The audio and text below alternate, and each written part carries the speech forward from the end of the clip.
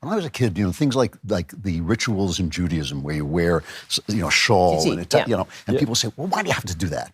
And they didn't know. They didn't have the answer. I remember in school listening to teachers. Well, you went to a reform or conservative. Yeah, well, That's okay. your problem right there. Okay, no, but when I went to school, the answer is obvious. It says directly in the good book that you're supposed to wear fringes upon the corners of your garments. And in the Talmud, it talks about you're supposed to do this. And actually, it says, Uri Temoto, you're supposed to look at them, and this is supposed to remind you of your obligations on earth. Right. You're supposed to wear a funny garment in order to remind, it's the reason we wear a kippah now also, right? It's supposed to remind you constantly that you're subject to a higher power. That's why you do it. But the entire corpus of Talmudic law was written in order to explain why you do these rituals. I completely agree with you, and I also agree with what you're saying, but the people didn't know. The people in charge. You know what? But this is actually a deeper point, because the reason they didn't know is because they relied, and it was okay to just rely on the tradition. It was just okay.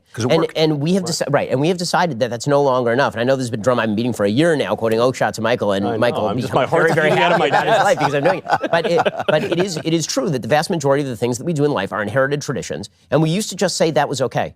You didn't have to explain why it was that why it was important to dress well, why it was important. I mean, we've gotten so basic now that it's like, why is it important to marry a person of the opposite sex as opposed to a person of any random gender? Yeah. It's like, I have to come up with an argument for this now, and I think because only the wisest were people who had actually bothered to come up with sort of a rationale.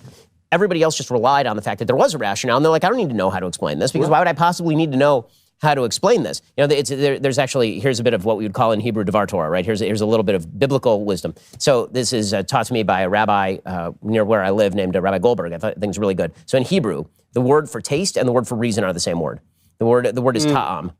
Okay, and so there's a really nice idea. Why is that? Why are they the same word? It's spelled tet ayin mem. Well, why are they the same word? Because reason, just like you eat food to nourish you, but taste is what gives you pleasure from the food.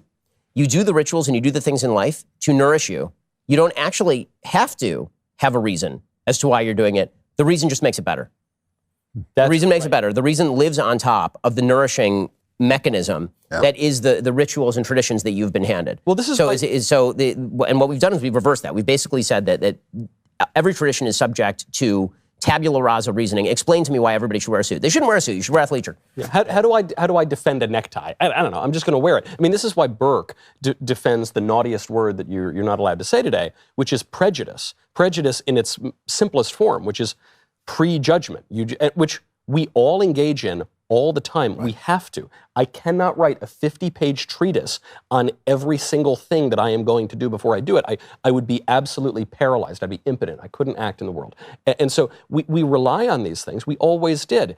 But now, in the last 50, 60 years, it has completely flipped such that every single little thing that we would just take for granted out of common sense, we now have to provide some hyper-rationalist explanation for. That's why the best answer, I think, is the drum I'm always beating is it's about burden of proof. So if you're the one coming along challenging the thing that people have been doing for generations, that's fine. You can challenge it. In fact, I'm interested to hear your challenge, but you have to explain why. It's not up to me to defend what everyone's been doing forever. What is your problem with it? And instead of asking people that, instead of saying, what's your issue with this? What's your argument against it? Instead, we scramble around looking for justifications. I think we should. We've already lost the game when we do that. It should be shifted back to you. You explain what the issue is, and then we can go from there. But they can't do that. I think because people who are radical and challenge the tradition very often don't have a reason, and they're very passionate about it, I think that people of traditional bent immediately look to short-circuit the conversation by looking for some sort of compromise. And they always think that this will be the last compromise. I mean, I think that's what you saw at the White House yesterday, right? Yeah. You get 12 Republicans in the Senate to vote in favor of enshrinement of same-sex marriage because this will be the final compromise. This will finally be where the buck stops. And it's like, well, no, it won't. He's telling you it won't be. He's telling you, in 2006, this same schmuck was on national television. People may not know exactly what we're saying here. Yeah, sorry. You're talking about the President of the United States had a... Yeah, that schmuck. I mean that schmuck, the President of the United States. It's Yiddish for president. Right, Mr. Schmuck, President of the United States. Because they finally passed this... Respect for Marriage Act. We only name acts that are precisely the opposite of what they are now. The Inflation Reduction Act, the Respect for Marriage Act. It's a mandate now. Yeah.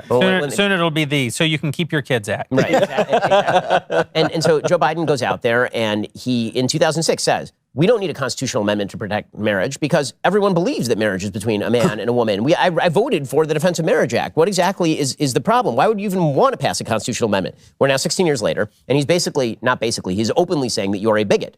You're a bigot, and probably you are a racist, sexist, bigot, homophobe, transphobe, if you believe in traditional marriage rather than same-sex marriage. I mean, he actually said that. I mean, I think we have a clip, actually, of the President of the United States actually saying that racism, bigotry, homophobia, transphobia, being anti-Semitic, they're all the same. All the things I don't like are in the same box. Let's play the clip. Racism, anti-Semitism, homophobia, transphobia, they're all connected. But the antidote to hate is love. This law and the love it defends strike a blow against hate in all its forms. I love you guys so much. I will punch you in the face to enforce my perspective on the evils of your traditional marriage.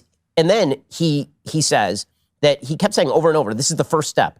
It's like, wait a damned minute. Hold up a second. So just to get this straight, no pun intended, just to get this straight, the original case was, don't criminalize what you do in our bedroom. And everybody's like, okay, fair enough. I mean, those laws were not enforced in the first place. All right, fine. Yeah. And then it was, well, we would like civil unions so that we can go visit our partners in the hospital and bequeath property to one another. And people were like, okay, fine. And then they're like, well, we want same-sex marriage, and it's going to be called the exact same thing as marriage. And many of us were like, well, now you're starting to edge in on our territory. But they said, well, no. How does that affect you? If we get married, how does that affect your marriage? And most people, not understanding the flaw in that argument, were like, okay, fine. And then they're like, but we definitely will never say that your church has to do what we want it to do, or that your business has to do what we want it to do, or that we have to indoctrinate your kids with this stuff, or that we have to make sure that your educational institutions mirror all of our values. We would never do any of those things. No. So I have a question.